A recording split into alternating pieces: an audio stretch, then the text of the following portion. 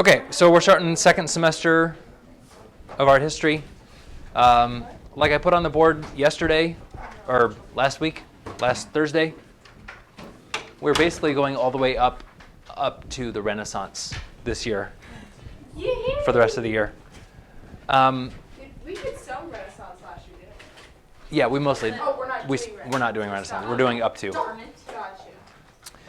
I didn't know Broncos was Renaissance. You have your syllabus as well. You'll notice that there's some open spots. I know I am going to be gone for a couple of the classes. I'm just not sure exactly when yet. So I'm just putting some extra space in there. Listener's choice, a couple of you asked about what listener's choice meant. Basically, that's a non-testable class. So that's like a fun class. So we'll do things like looking at logos and how logos are designed. That's art. We'll look at cartoons, animation, that kind of stuff. So we'll have a few fun classes mixed in as well, just because we don't have as much material this semester. I don't know why. I need to figure that. Anyway, I might be adding some classes. Some things might be changing. But 4 tests this semester. Unlike apologetics where we have 5, we're going to stick to kind of the same schedule. Just a reminder that your topic is due on Thursday. All the books are still there. You can go all the way up through, basically through the Gothic period, okay, which is roughly 1300, 1350. Thing was like started building, but then they like added on later than all those other. It depends if it's in the Gothic style or not. So just look at the books. If it's in that section, if it's Renaissance or after, then don't. Okay. Okay, so we're going to start with a couple classes. Before we get back into European art, we're going to do a couple classes where we go west. So we're going to be looking at the art of Mesoamerica today, and then we're going to be looking at art of the Southwest next class on Thursday. That's a good class for us just because we're here, and you can go see some of the artworks that we're going to be looking at and we're going to be talking about. You can go see them. They're all within a 2 or 3 hour drive. So you can check any of those out as well. Art of the Southwest, yeah. Where'd you go with like the kids? You guys like a road trip? Like our brothers shot Went to in King King Tut. Didn't you? No, you guys went on a road trip. Yeah, to they California. went to Went to King California. Tut. Yeah, LA, right? Yeah, that was for the King Tut exhibit, LA. to see some of those Egyptian stuff. Wait, we just wow. Okay, so what is... Hey! Not. That's Rachel. Rush. It's not working. So that. So what is Mesoamerica?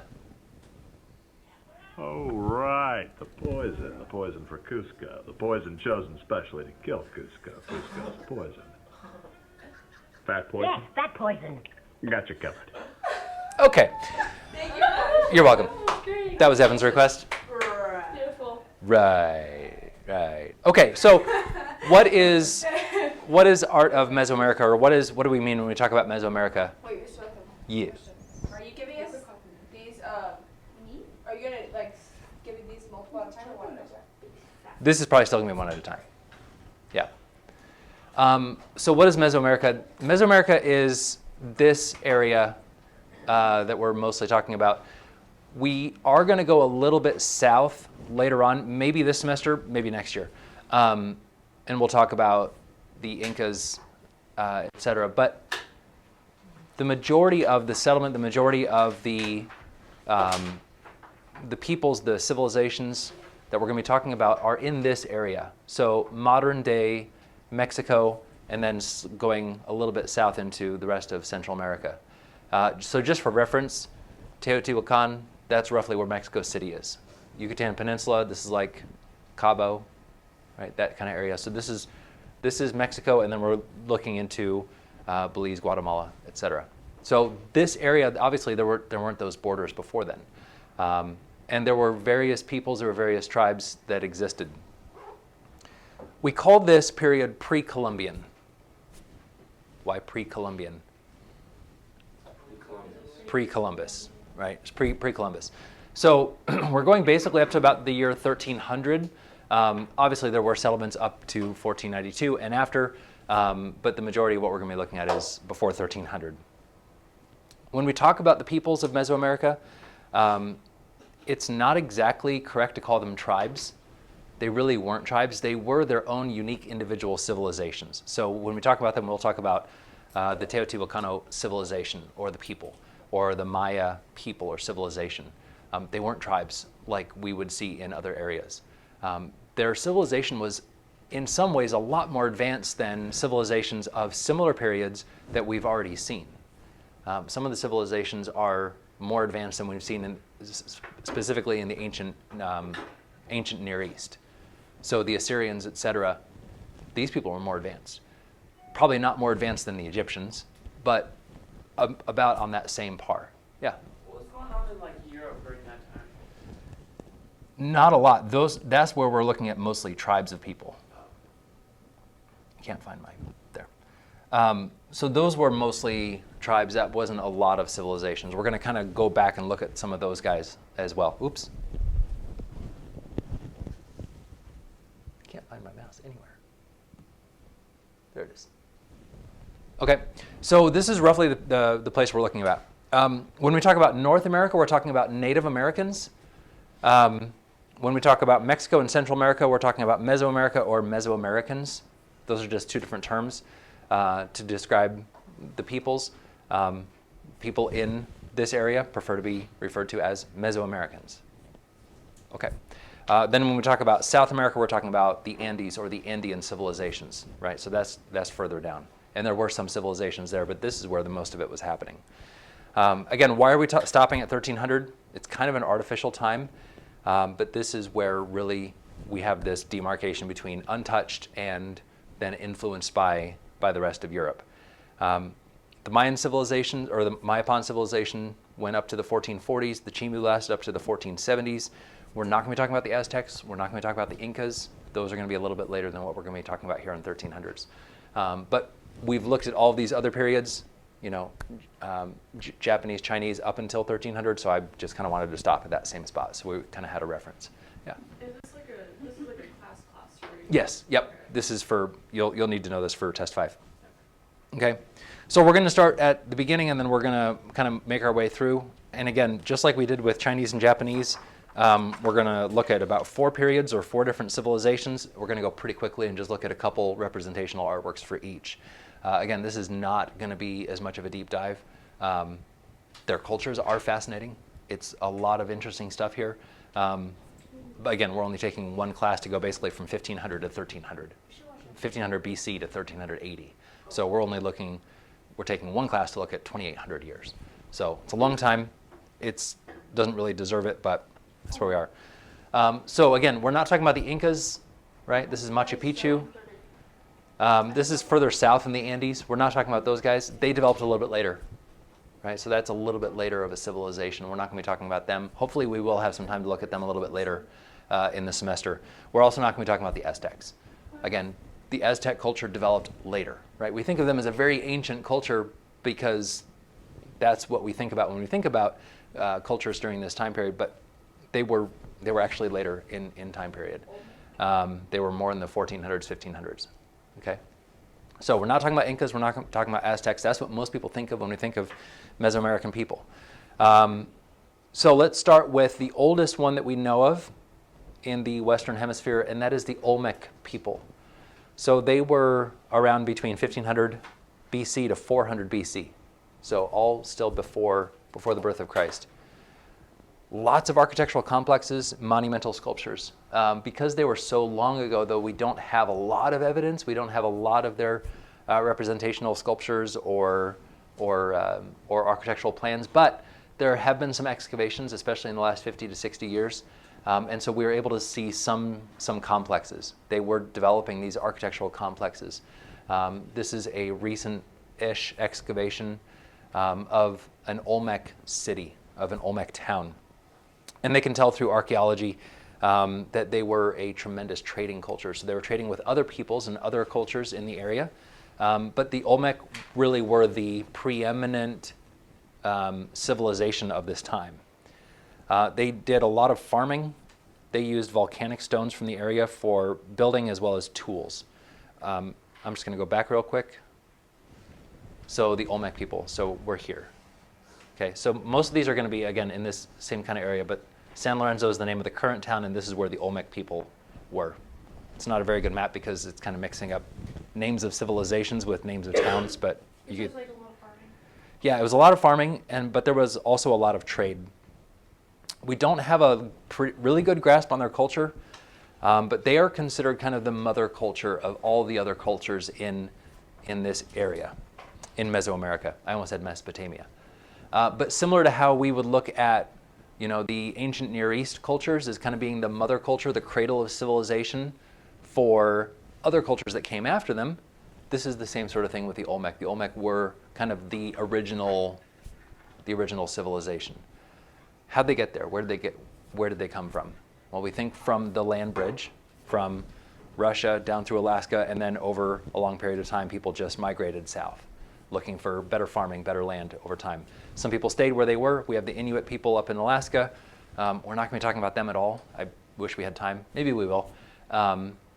Then we have the Native Americans in North America, and then we have the Olmec. But they are developing this civilization. It's unparalleled to any civilization that we're going to be seeing in North America. That's why we call the North American indigenous peoples, that's why we really that's why we more call them tribes. They didn't have this as much of a setup as the people in Mesoamerica. Okay, Is the Olmec Native American or are they? Mesoamerican. They prefer to be called Mesoamerican. Okay. Yep. Well, we But- talked about Native American. Yep. Thursday. Yep. From 1500 to 400. Uh-huh. Would it be called Mesoamerican? No, they're descendants today. And that's just kind of the standard. If you talk about people in Central America, Mexico, Central America, you refer to them as Mesoamericans. Not Central Americans? It gets confusing. Okay. Yeah, I know. All right, so what do we have left what do we have left to study or to learn about the Olmec people other than their excavations? The main thing that we have left, just because of their monumental size, just because of how big they How big are they? these are about 7 to 8 feet tall, some of them. Is that like stone though? It's stone. Scary. These are simply called the Olmec heads. That's terrible. And just to give you an idea of how kind of a new discovery this is, these Olmec heads, even though they were very big, they were only first discovered in 1938, were rediscovered in 1938. Okay? Why? Well, because this area was totally overgrown. It was all jungle. And so the places where these settlements were abandoned thousands of years ago, and it's taken until 1938 for random explorers or archaeologists to find them. They didn't have, we don't think, a written language. They were very much an agrarian trading peoples, and they left behind these things. Okay, so the heads, what's going on with them? They're very naturalistic, right? Compared to same sort of period of time when we look back at ancient Near East or Egyptian or something like that, very naturalistic, right? Each one of them is different, and so they have their own individual features. Most of them have sort of a stern expression. Archaeologists think, again, we don't have any written records, but archaeologists think that they are depicting rulers. And we do have evidence that they were carved over, defaced, and then recarved. Oh, really? This, again, archaeologists are guessing here, or using the best evidence they have. They don't think that they were trying to whitewash these people, like, oh, that's a bad ruler, let's deface him. They think it was more of a ceremonial, hey, this ruler's dead, now we have a new ruler. That's the idea anyway. It's just the head. It's just the head, yep. So weird. How big is that one? Oh. So some of these are pretty large. What the heck? That's interesting. What about like their They're so heads? grumpy.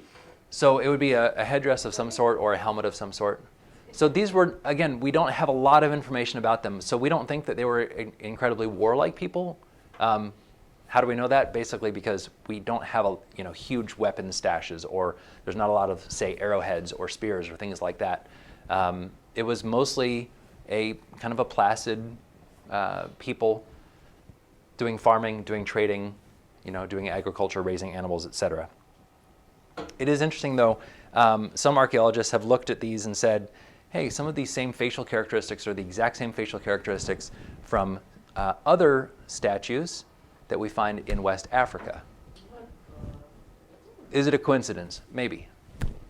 Were there some early peoples who went from West Africa over to South America or to Central America? Maybe. We don't know. We don't have any evidence for it. The only evidence is these sculptures look very similar to some sculptures from around the same period that we find in West Africa. Smaller, not as monumental, It's so but weird how far apart they are, though. yeah. So is it coincidental? We don't know. There's really no answers, and unless there's some huge archaeological discovery, we just won't know. All right, we're going to move on to the next culture. We have the Teotihuacano culture. So Teotihuacan, very close to modern-day Mexico City. This is the first real city in the Americas. It had at its peak 125,000 inhabitants, which was really big. It was the biggest city in the world at the time. Biggest city in the world at the time was Teotihuacan, 125,000 people. Right? Biggest city in the world. Yeah. Yeah.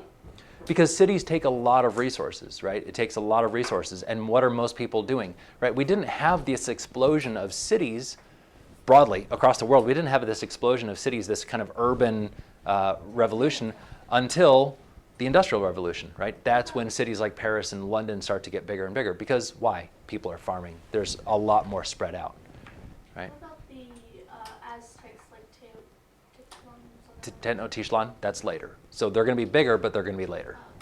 Sorry, where in the Americas was this? This is really close to modern-day Mexico City. Okay. Is So what's that thing? that today or is that like a? This is today.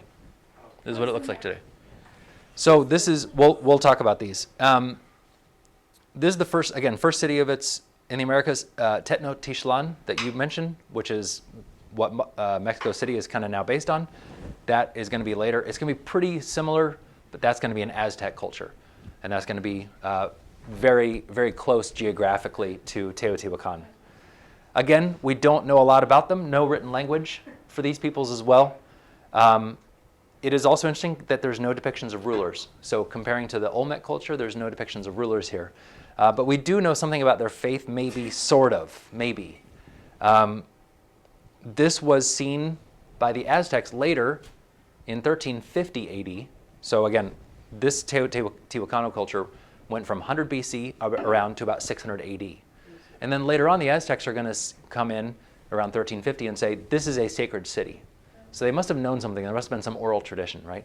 With these native cultures in the Western Hemisphere, there's not a lot of written language, right? The North American Native Americans didn't have written languages, right? Everything was passed down orally. Everything was an oral tradition. And so probably the same thing was happening here. We do have some artifacts, right? We do have some artifacts. This is called the Storm God vessel. We know, again, how do we know that this is called the Storm God? Well, because people are telling us. That's how long the oral tradition is passed down, right? That's how strong the tradition of storytelling is among these people. There are still people who don't necessarily consider themselves Teotihuacanos, but people who are still telling the same stories from the Aztecs. And the Aztecs got those stories from the Teotihuacanos. So it's this oral tradition, and now they're being written down. Now we have some information, but it's just from oral tradition. That's how we know the name of these. Oral tradition that's been going on for 2,000 years. We also have what's called, we think, the Great Goddess, wearing a jade mask, large feathered headdress. And again, very easily going to be confused with the Aztec culture later, but the Aztecs are going to take a lot of this culture and kind of reappropriate it to be their own. So they're going to be kind of the mother culture for the Aztecs a little bit later on. So to go back to the city, the city of Teotihuacan itself, again, 125,000 people in it. the most prominent feature was called the Pyramid of the Sun. That's what we saw in the last slide. And that's this pyramid here called the Pyramid of the Sun. It was constructed pretty early in its history, right around the turn of the millennium, right around the birth of Christ. It was built atop a sacred cave, probably intended to honor one of Teotihuacan's rulers. We don't know his name. We don't have any depictions of him, but that is our best guess based on oral tradition, based on just archaeological kind of logic. So then can you go into it? You can, but we'll talk about that here in a second. It was a ceremonial thing. You can, although it wasn't like the pyramids where, we think it was more to honor the dead, not so much of a burial place of them. You can go up it though. It's hollow inside or not? no, mm-mm. Oh, so you can't even go inside. Uh-uh. Oh, I think you can go. Not that I know of. You might be able to, but I don't think you can. What is it made out of? The stone is It's stone. It's volcanic stone. So the volcanic stone is very light, right? So this is different from the pyramids of Egypt. The pyramids of Egypt were made out of much more dense, basically limestone or sandstone. This is more volcanic rock, so it's a lot lighter, and you can construct it a lot more easily. And also, they built it using smaller stones, right? So it took a little bit longer, probably, but it wasn't as immense of a construction. And the pyramids of Giza are taller. Like the design of the stairs looks so cool, like just going up. Yeah, Were those stairs exactly like that? pretty close, yeah. That's crazy. I mean, some of it has obviously been reconstructed. And again, just like the Olmec culture, a lot of this was covered over, right? There are some pyramids. People are now using drones with like infrared cameras, X-ray cameras, that kind of stuff to be able to find other pyramids like this, much smaller, 30, 40 feet tall instead of, 150, 200 feet tall. But they're finding these all throughout the area, right, that have just been swallowed up by the jungle. We're going to go back a little bit. We have the Pyramid of the Moon and the Pyramid of the Feathered Serpent as well. So Pyramid of the Moon is up there, Pyramid of the Feathered Serpent down there. We don't see it. On either end of this long avenue called the Avenue of the Dead. It was a huge avenue. This is 3 miles long and 130 feet wide, right? So, greater than any other, long avenue or large civic road that we're going to see until, modern day Paris maybe, right? So not even the Romans were constructing these long avenues as long as this. But it's on a fertile plain, so they're able to do that. Again, we know it was called the Avenue of the Dead because people told us. What was the significance? What was going on here? We're not 100% certain. Okay? We think the buildings were, again, based on analysis, the buildings were decorated and they were stuccoed. This is a reconstruction. So it would have been kind of a beautiful sight to be able to see, right? A lot of this, we don't think the pyramid itself was painted like this, but the supporting buildings, the buildings around it definitely would have been. So it wasn't this kind of dark, dismal city like that model. That model is really dark and kind of makes it look ominous. It wasn't like that. It was very bright and very, very cheery. Cheery. Right? So what do we know about the culture from the city itself? You tell me. We've been talking about cultures quite a bit. What do we know about this culture based on the city, based on how they laid it out, based on how big it was, based on, yeah, what else? They're organized. Very organized. Yeah, farming. Because there's a great plain. Yep. There were plains around it, so a lot of farming. You have to do a lot. You have to be, like Tony said, you have to be very organized in order to support a city of 125,000 people. That's hard to do. Like a lot of trading too. Probably a lot of trading. Like very big on like their hierarchy. 'Cause they would like. Yeah. Like Yep. Spiritual, like, Yeah. like spiritual. The whole city is based on ceremony, right? The largest road is based on this ceremonial procession, right, between the two temples. Probably big in tradition / speaking. 'Cause Yep. That's how we have it. Right. Yeah. So those are things that we can tell just from looking at the city, right? We can make inferences, right? Using logic, using reason, we can make inferences about this culture based on it. Okay? So that's the Teotihuacano culture. Next, we're going to move to the Maya culture. So over here in the Yucatan Peninsula. So they're in also tropical lowlands in what is now Guatemala, kind of southern Yucatan Peninsula. they're going to reach their influence right around the same time as the Teotihuacano culture, but there's a pretty large separation. And there was trade between them. We do know that there was trade between them. But they're going to be doing different things. They're going to be excelling at agriculture and pottery, just like the Teotihuacanos, but they're also going to be doing some other stuff too. Is this a big tourist place in Mexico? Yeah, absolutely. Yep. Have you ever been? I've not, Is that a What's the jungle? weather like there? It's crazy. We're so Warm, humid, pretty close to the equator. Well, not really close, but Does the U.S. I think have any Tarzan of was this? there. not these monumental, nothing like this. So the closest would be Mexico if you Mhm. wanted to. hmm Yeah. Yep. So things that the Maya did that the other people, the other cultures wouldn't do is they were, I don't want to say more intelligent because I'm looking at that with kind of my biases from 2023, but they're going to be doing more astronomy, calendar making, and they're going to be doing writing. They're going to have their own form of writing, their own form of hieroglyphs that the other cultures are not going to have. They're also going to be doing temples and pyramids. We think they were probably influenced by the Teotihuacano culture, but they're not going to be as monumental. They're not going to be as large. So similar to what we've seen before, the stepped pyramid shape of the Maya. So this is a newer one compared to the Pyramid of the Sun that we saw. This is probably 500 years or so later than the Pyramid of the Sun. And again, this was fairly recently discovered. Do you think they? How close the steps are? You have to do some pretty big steps to get up there. Yeah. Do you have? Do you think like these people, like the Mayans, saw the maybe the pyramids from the other people and then copied? Yep. Most likely. Yeah. There was trade between them.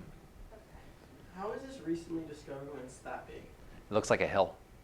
It was all covered with vines and trees and plants and dirt after about 1,000 years. Because, like, So the they thought it trees was a hill. around it, Those kind of been replanted. This has all been cleared out. This was a jungle. Oh wow. Oh, so it would have been hilly and everything, and then they would have replanted those trees and everything. Yeah, or just left some of those to grow. Yeah. Yep. Oh my god. Yeah. So that's what I mean. Like these are recent discoveries. Why? It's in the thick jungle, right? How did they make it so clean? Excavators. Lots of Roundup. Huh? Lots of Roundup. I don't know. Just like them, how do they know it doesn't keep going down? Like, how do they know that's the Bro. base? Because then it's just flat foundation. Okay, They because, kept like, it's digging. not a box Yep. at the bottom. They kept digging. Okay. So the Maya are really the great artists of this period of Mesoamerica. This piece that we have, this stone carving, this is called lintel 24. There are obviously 23 other ones as well, and more. This is carved in ancient Maya limestone. So this is from 725 AD, and it's kind of hard to tell on this actual photo, so we're going to do kind of a different black and white photo that has higher contrast so you can kind of see what's going on. We have Shield Jaguar. That was his name. He was the chief, or he was the ruler at this time. He's standing in profile with a torch in hand while his wife, Lady Zoc, kneels before him. Here's the fun part. She's engaged in a common form of elite bloodletting, passing an obsidian-laced rope through her tongue. So obsidian, sharp volcanic stone that you can carve and chip very into almost razors, right? So they take a rope and they lace this obsidian, these shards, through the rope. Oh.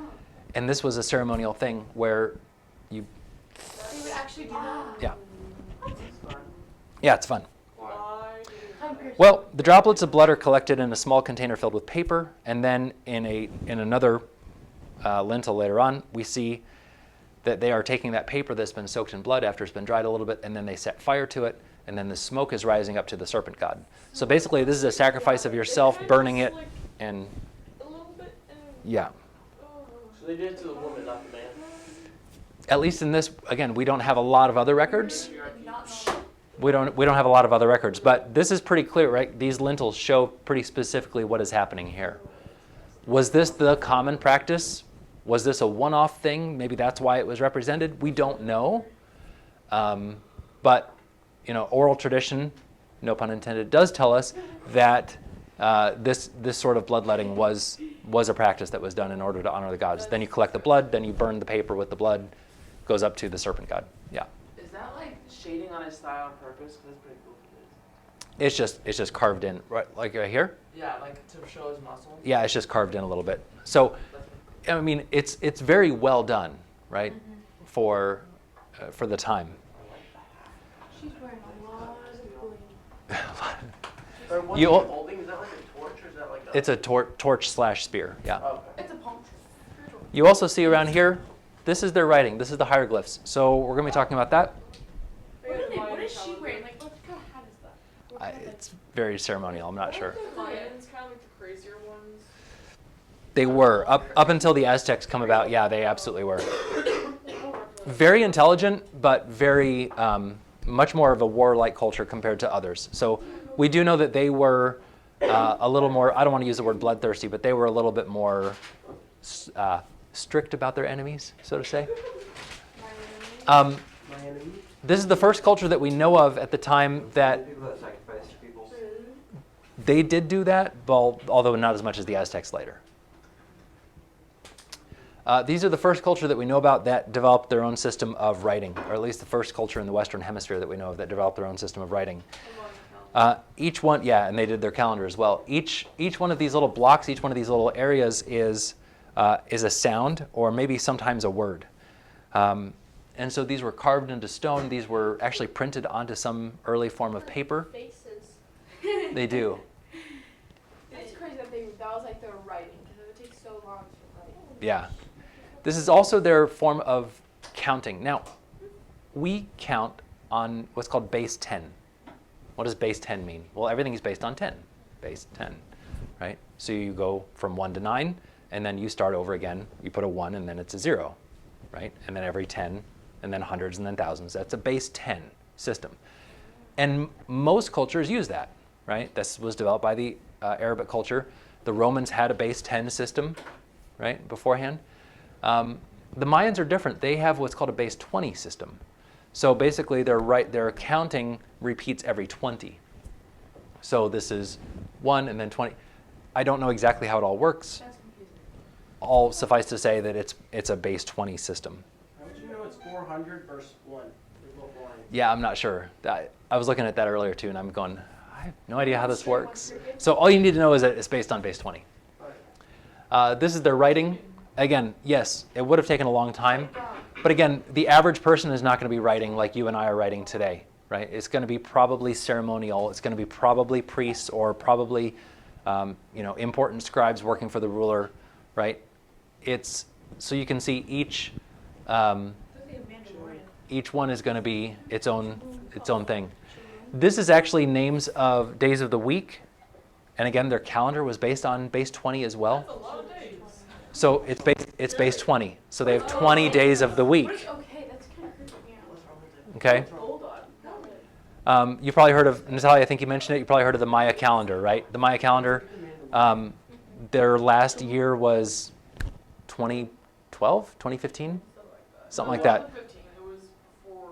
I think it was 2012. 2012. So basically they had calculated using astronomy, all the phases of the moon and the sun and the stars, and it was very, very accurate.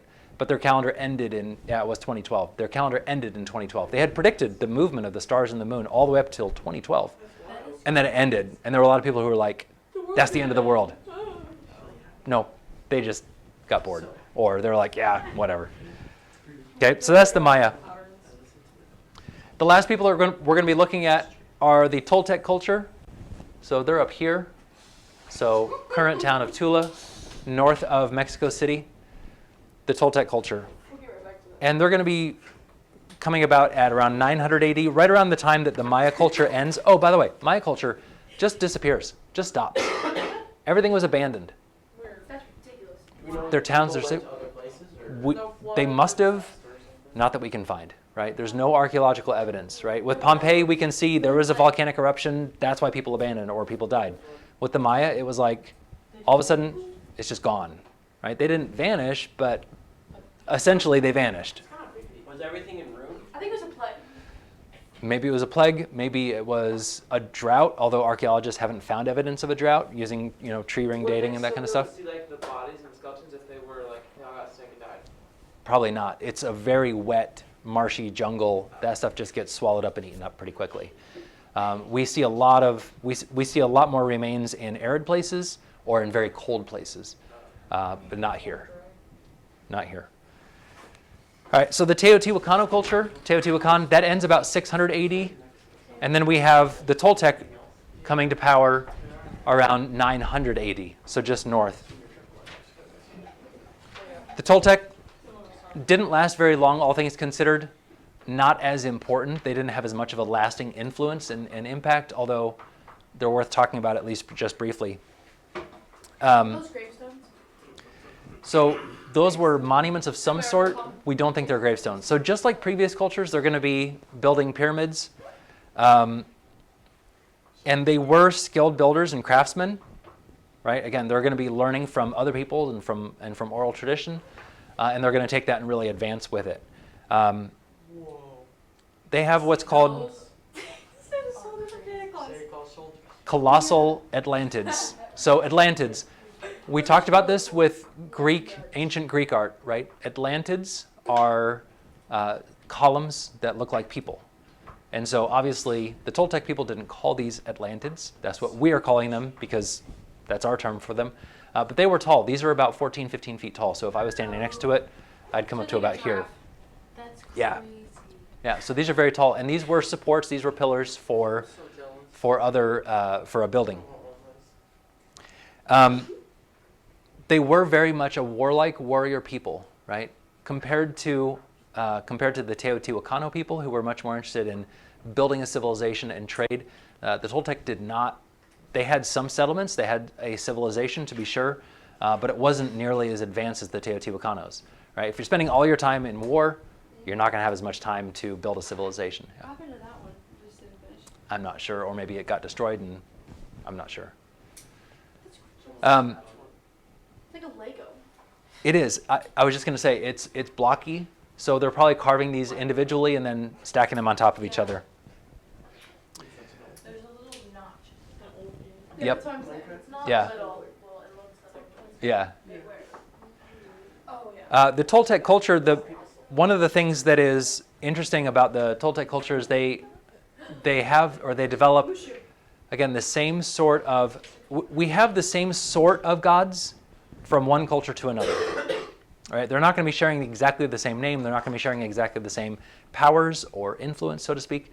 But we have the same sort of God. So the same God that the Mayans did that sacrifice for the bloodletting, the serpent god, we have here.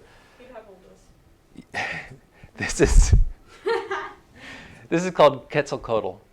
And the Aztec later on are going to worship the same god, the feathered serpent god, called Quetzalcoatl. Thank you. He's related to gods of the wind, of the planet Venus, of dawn, of merchant arts, crafts, knowledge. He's also the patron god of the Aztec priesthood, of learning, of knowledge. Right? So a very important god for the Toltec. They're the ones who are really going to bring him into the prominence, and then Aztecs later on are going to take Quetzalcoatl as their own as well, and he's going to be one of the main gods of the Aztec people. All right, so that's Quetzalcoatl. You're going to see depictions of Quetzalcoatl all throughout Toltec culture, through some in the Mayan culture as well, but definitely as when we move forward into the Aztec culture. Why a feathered serpent? Don't know, right? Kind of like how in Western Europe they, basilisks and griffins and those types of mythological creatures. Yeah, we have feathered serpents in Mesoamerica. He looks like a flower. Their carvings were very good.